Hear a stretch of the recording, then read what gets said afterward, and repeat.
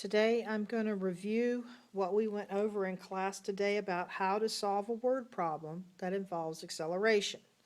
The first thing to do is to read the entire problem. While drag racing out of our school parking lot, I timed myself at a speed of 40 meters per second, 7 seconds after starting. What was my acceleration during this time? I need to give a little disclaimer. I would never think of actually doing any drag racing out of our parking lot. It is just a problem. Okay, back to the problem. To remind you, this is our formula for acceleration. Acceleration is the rate of change in velocity over time. So you have to take final velocity minus initial velocity and divide by final time minus initial time. So let's put this formula in a math format as opposed to an English words. A equals V sub f for final velocity minus V sub I for initial velocity divided by the difference of T sub f final time minus T sub I initial time. And the units for acceleration are meters per second squared or meters per second. Either one is perfectly acceptable. So let's go back to the problem and look at it and try to pick out the variables, the numbers that we need. I time myself at a speed of 40 meters. We know that this is a velocity.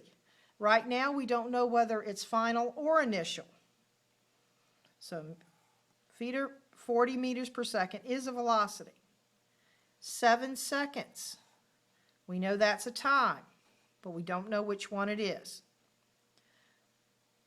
But the words right after that give us our clue.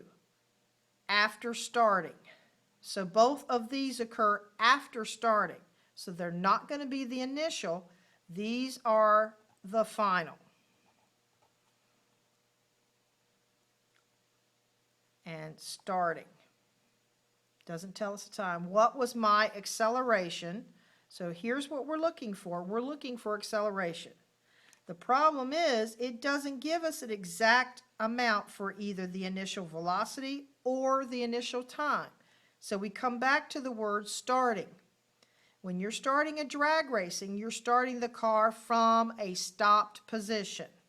So in this case, 0 is both the initial velocity, the car is stopped, and the time is also 0 because you don't start the stopwatch until you start the car.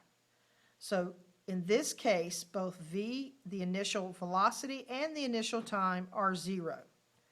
So now we've got 1, 2, 3, 4, all of the 4 things that we need to solve this equation. So let's plug in the numbers.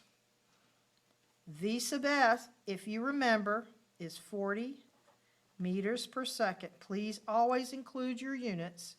Initial velocity is 0 meters per second.